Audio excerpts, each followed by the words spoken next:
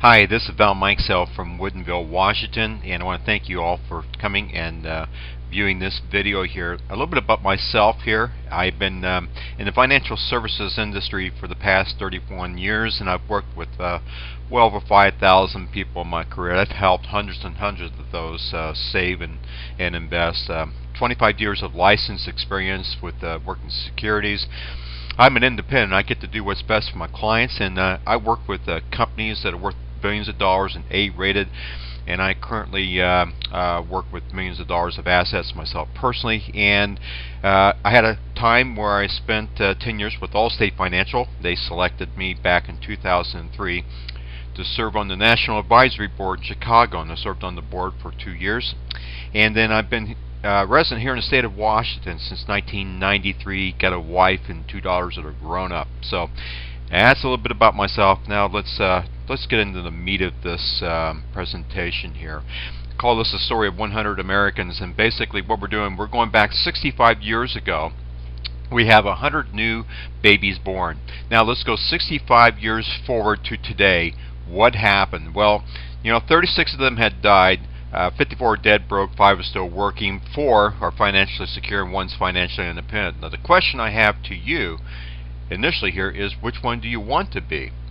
And I can pretty well say that you probably don't want to be dead. You probably don't want to be dead broke, so you're either going to be working, financially secure, or financially independent.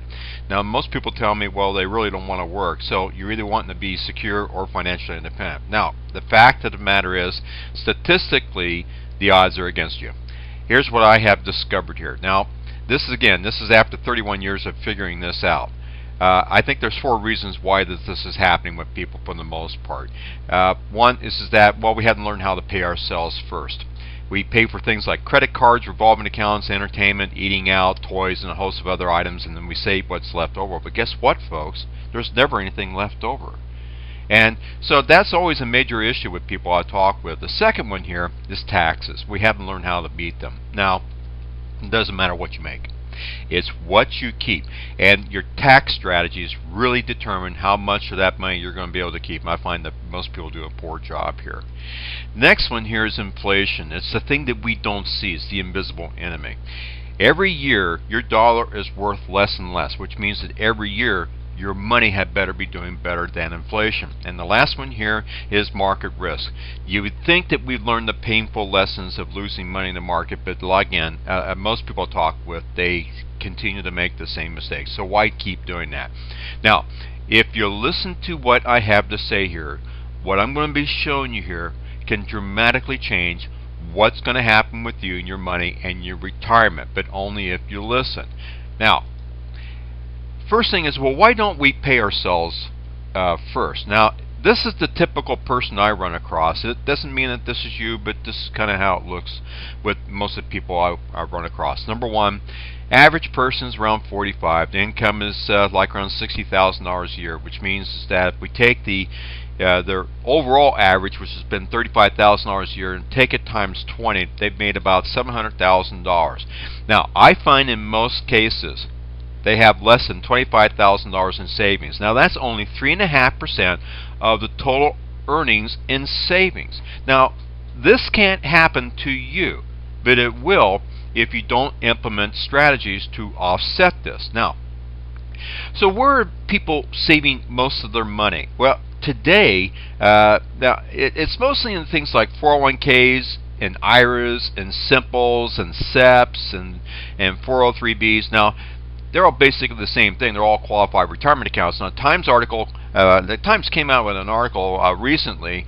They said that this is where our piggy bank is at, and most of these things are kind of like underwater right now. So, that being the case, you don't have to listen to me. What I would ask you to do here, I've done dozens and dozens of these. I can't keep count how many of these that I've set up. So you don't have to listen to me. In my experience working with this, what you can do is listen to Richard Stengel, who is the managing editor of Times Magazine. So here's what he had to say about this. With us now to unveil this week's new issue of Time magazine, Time's managing editor, Richard Stengel. Rick, what are we looking at this week? Well, we're looking at a subject that is bothering millions and millions of Americans, 70 million Americans to be exact. It is the problem of 401ks and why we need to retire the 401k and why it's not working for millions of Americans. If you had $100,000 in your 401k 5 years ago and you had the standard alignment of investments, you'd have less than that now. And what's been a disaster for people with the going into the Great Recession and now coming out of it is that the way the 401k works is that the closer you are to retirement, the less choice you have and the more money you're likely to lose. So people who are retiring were going into their retirement with hardly anything in their 401k. So, and we hear time and time again people having to work past retirement age, past 65, or some even working into their 70s because their life savings were blown over the past couple of years on 401ks. Right, and in fact there's a quirk in the 401k, which is the closer you are to retirement, the more likely you are to lose money if the stock market goes down because you're putting less money into it. So that's what happened to a lot of people. So we talked to dozens and dozens of people who, who have retired but now have to work. Yeah. So what do we do instead? Well, what we propose instead, and that story is by a young business writer of ours named Steve Gandel, is a insurance pension plan, where instead of paying that money into a 401k, 6% of your salary every week or month, you pay it into an insurance plan that guarantees you a pension, basically, for the rest of your life at about a quarter of your salary. And that seems fair. I mean, the problem with the people who have lost all their money in their 401ks is 401k, isn't it supposed to be what you have when you retire? Why would you put money, 6% of your salary, into something that is a risk? Well, it's a risk, and then it's also something where you deplete it. I mean, it's basically a bunch of cash that you have when you retire, and you're supposed to take out 4 or 5% a year. I mean, and everyone depends on how you. It's the smart thing to do. It was for a long time. There's a whole business. I'm not sure it was. I mean, it's not even 30 years old, right? So you have a whole class of people who have grown up, these investment advisors, who take this thing and are telling you to do something that nobody has tested or not. It's like a vaccine that they haven't really tested, and they don't know what the long-term influence is. Well, there you go, folks. And so that's what I run into most often, is that they do get it. They understand that's what's happening in the market. Now, what he was talking about is what I work with, and I actually started doing this back in 1998, and that is private insurance pension plans. Now, let me ask you a very, very important question here. If you were doing the wrong thing to prepare for your retirement, when would you want to know about it? You want to know about it now, or do you want to know about when you're going to get surprised at the retirement? Now, so why do we use these plans like 401ks and IRAs? Now, typically, this is how it works with 401ks and maybe simple IRAs, and that is just that if you got an employer that is throwing money into the pot for you, in other words, they're matching your contributions, you're probably going to take advantage of that because that's free money on the table. The employer has an advantage because the employer gets to reduce his payroll tax portion. The third advantage that you see is that you're thinking, well, I'm going to delay paying the taxes until later on when I expect to be in a lower tax bracket. Now, is that really true? Because here's what you have to consider. Right now, today, you enjoy taking deductions like mortgage costs or maybe dependents or other similar items. But when you retire, a lot of those deductions are going to go away. And how do you think this is going to affect your tax bracket when you retire? Now, this is 1976. Now, some of you may be old enough to remember this and some maybe not. But if you were retired, or let's say if you were working back in 1976 and you're in a 25% tax bracket, you're making somewhere between $12,000 and $16,000 a year. Now, notice here that the top rate was 70%. Now, we're going to come to that again here a little later on. So, you're making that kind of money, you're thinking, I'm going to go ahead and kick the can down the road, I'll defer the taxes, I'll be in a lower tax bracket, which means, well, let's say you're in the 14% tax bracket. Well, guess what? 14% tax bracket says you're making somewhere between $0 and $1,000. That never happened, folks. Now, did you get this memo? No, no one did. This is last year, 2010.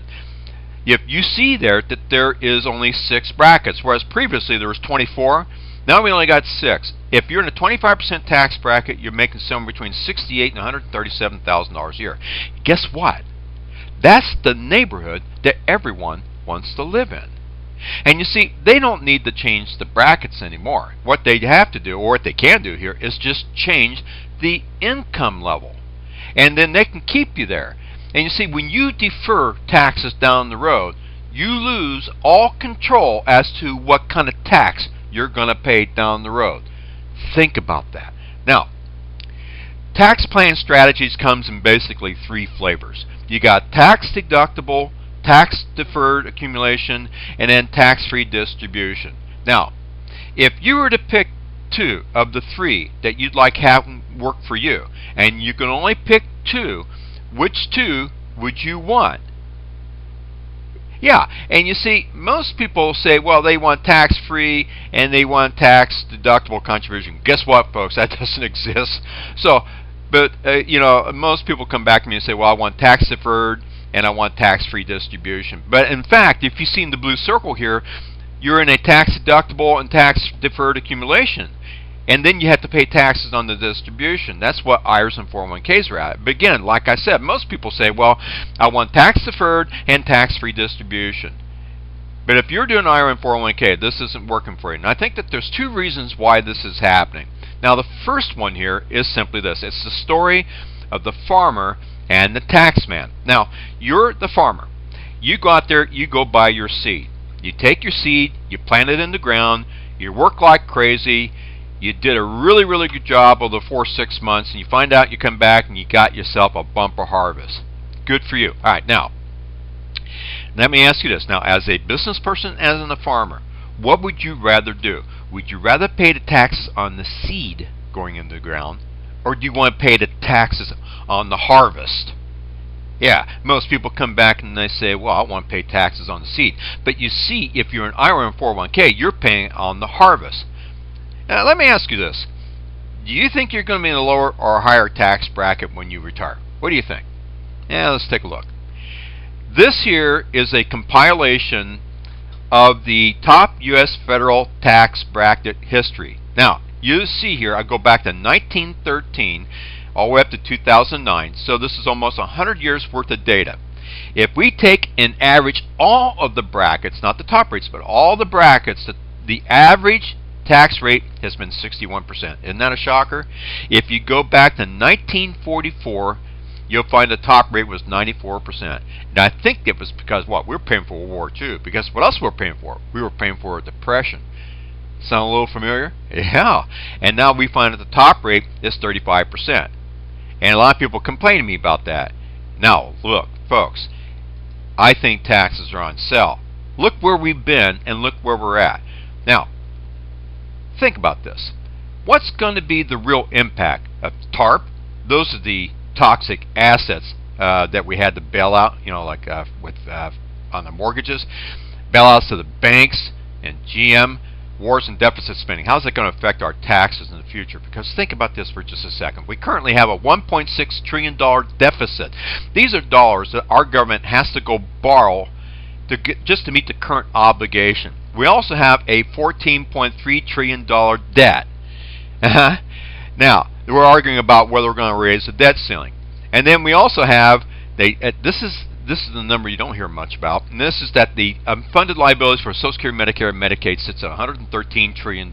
These are dollars that we have to go get still to meet our obligations to those people. Now, what we're doing here is that we're creating this mountain of debt that either you or your children or your children's children is going to have to pay. That's what's going on. And a lot of people are afraid that that mountain of debt is growing and growing and growing. So now, knowing that, let me ask you this. What do you think is going to happen to the tax brackets over the next 10 to 15 years? You think they're going to go up or they're going to go down? Yeah, and a lot of people come back and say, well, Val, I really believe that they're going to probably go up. They very well may be right. Now, so where does our money go then? On average, where does it go? I want to show you this. This is the average family. We see that this is what we spend on our insurance, our health insurance and auto insurance and home insurance, things like that. That's what we spend on taxes, on our mortgage, our consumer debt, that yellow, and then that living expenses there, and that green slot right there, that sliver there, is what we're saving and investing, and we're thinking that that's going to create this mountain of money down the road that we're going to be able to live off for the rest of our life. What do you think? Now, my first proposal is simply this. On the tax side, why don't we take some of the tax dollars and shift them over into the savings and investment? Does that make sense? And you see, this is the first battle. You got to win this battle here when it comes to taxes. You simply have to do it. Now, let's get into the next battle here, which is inflation. Now, some of you may remember this. Back in 1976, we paid 13 cents for a first-class stamp. Now we pay 44 cents. We paid 30 cents for a loaf of bread. Now we paid $2.90. Gallon of gas cost about 60 cents. Now we're paying right around $4. Yeah. Do you think inflation is here? And in 1976, $150,000 sounded like a lot of money, didn't it? Okay. Does it sound like a lot of money now? Yeah. A lot of people say no. And you see, again, remember, most people I talk to don't even have that in their retirement accounts. You think we have a problem? Now, to understand inflation means now you have to understand that your money has to do better than inflation. Now, I find that money is in two categories here. First one is our fixed products. These are things like our bank accounts and money markets. We have the safety of principal. We don't have to worry about losing the money, but we don't make much money. We think we might earn 3 to 5%. Most people tell me, where are we getting that, Val? And they probably were right. Most people are like around 1 to 2%. Now, on the other side, and let me point one. If this is the case over here, that means that if inflation is running at 3 to 5%, you're not winning the game. Now, on the other side, we got your variable products. These are your stocks and bonds and mutual funds. Now, you get the upside of making some money, but you get the downside of losing money, don't you? And a lot of people think that that's the only way you can go, but there really is a third way where we can get the safety of the money as well as making some money, and we're going to use a strategy called the index strategy. And all we're really doing here is that we're marrying the best of both worlds here, and if we can do that, it's tic-tac-toe, we win the money game. Now, let's talk about the variable products. Now, I compiled a chart here showing the S&P 500, which is the Standard & Poor's 500 largest publicly traded companies in the United States. I went back to 1997, and I started out with $100,000 investing into the index. And you'll see, if we started out back then, you remember that prior to the year 2000, that meteor ride that we had? And then what happened? We had the dot-coms, they hit the 9/11, you remember that? And then had WorldCom and Enron, remember that? We went all the way back down, then we climbed back up again, and then we hit what? TARP, the GM fiasco, the banks, and then we went all the way back down to $105,000 by the time we hit August of 2009. That's what happened. And you see? Now, index strategy doesn't work this way. Index strategy says that you'll never lose money. You'll make some of the money, but you will never lose it. Now, you'll see here that the index strategy is going to give you safety and it's going to give you potential, but we're going to cap out the growth, but we're going to make sure that you never lose any money. And this is the blue line. You'll see here that here it is. We're making some money during that same period of time at the beginning, but then when the market crashed, we didn't. Went back up again, so did we. Market crash, we didn't. That is a $61,000 difference between the S&P and the index strategy. Which one would you rather be in? And a lot of people ask me, that's great. How does that work? How do I do this? And what we're doing here is that we're using very stable, very safe and secure insurance companies that go out there and invest the money. They make money, we make money. They lose money, they're your firewall. You don't lose any money. Now, I have a client of mine, name's Mike. Mike, he started out with a 401k. He was putting about $400 a month in, 28% tax bracket, figuring he's making about $1,800 a year of tax savings, making about 7% a year. We're going to throw all the money into this account here, and he's going to start taking the money out at age 67. And then he's going to take about $33,000 out a year. First thing he has to do is pay the taxes. Remember, it's on the growth. And he's going to have $23,600 in net. Watch what happens. See the money growing? And it goes, poof, crashes. Okay? Ouch. Okay? He ran out of money at age 84. That's what happens with a lot of these plans. Now, Now, you see, this is taxes on the harvest. Right? Now let's taxes on the seed. We're going to put it into the index strategy with a stable company. First thing is, there's $264,000 as a survivor's benefit to the family. So if he dies from day one, they get $264,000 tax-free. Is that a good thing or a bad thing? And you'll see that the money is growing. He's going to take it. You're going to start taking out that same $23,000 a year, all non-taxable, just like he has over here. Same 23 over here, and you'll see he never ran out of money. Matter of fact, that income lasted him all the way out to age 121. And if he lived out to age 100, he still had over $400,000 left inside the account for him and his family. This is not rocket science, folks. Now, you may need to have some explanation of how this works, but this is not difficult. I had the same thing challenge with a Roth IRA versus an index strategy and a 43-year-old man, $3,600 a year, $208,000 of survivor's benefits. Watch what happened on the Roth IRA. The money grew at 8.05%. He starts taking it out at age 67. Boom, age 78, he's out of money. His term insurance ended at the 30th year. He has no more. That was taking $22,000 a year out of that account, and he ran out of money. Did the same thing over the index strategies, taking the same $22,000 a year. Guess what? Never ran out of money, all the way out to age 121. He still had over $600,000 in the account by the time he got there at age 100. Yeah, that's versus a Roth IRA, folks. Okay? How about that? Now, here's what I do. First of all, if you want me to help you, I find out what you're doing so far. I ask you some questions. Now, I'm moving through this pretty quickly here, but I'll get the point across. Then I want to know what you're doing now. How much you're saving? What kind of risk are you taking? What kind of tax impact are you going to have down the road? Then we're going to take a look at retirement and see, are you going to have what you need to have? And then I'm going to create this report. Looks something like this. I showed this guy where he was saving some money and then he ran out. He thought he was doing really well. This report is very revealing. And then after that, then if the things don't look really well, or let's say if we can improve on it, I'm going to show you how you can use the index strategy that will create predictable, reliable income that will be tax-free and will last you for the rest of your life. How'd you like to do that? Okay?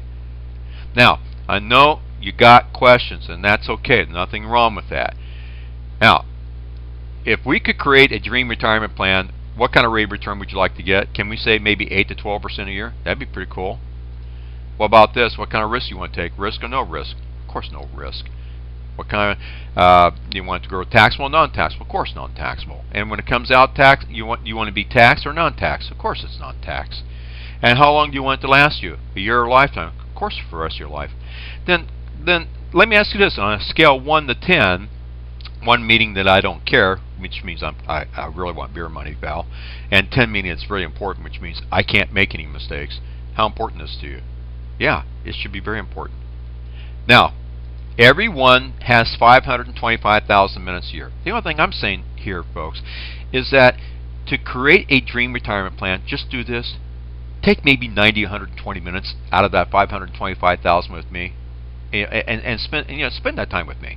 I'll show you how to link to the market without risk of losing it, grow non-taxable, come out non-taxable, income for life. I will show you how to do this.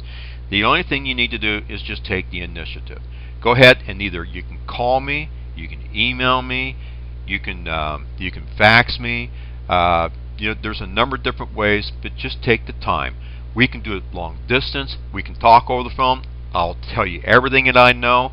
I'll help you in every way I can. You can do it from the comfort of your office, your home. It doesn't matter. You'll see I sprinkled my name, my phone number, and also my email address across this. Go ahead, take the time, do this, folks. We'll have that talk. It'll be worth your time. This is Mikesell from Woodinville, Washington. Thank you for visiting.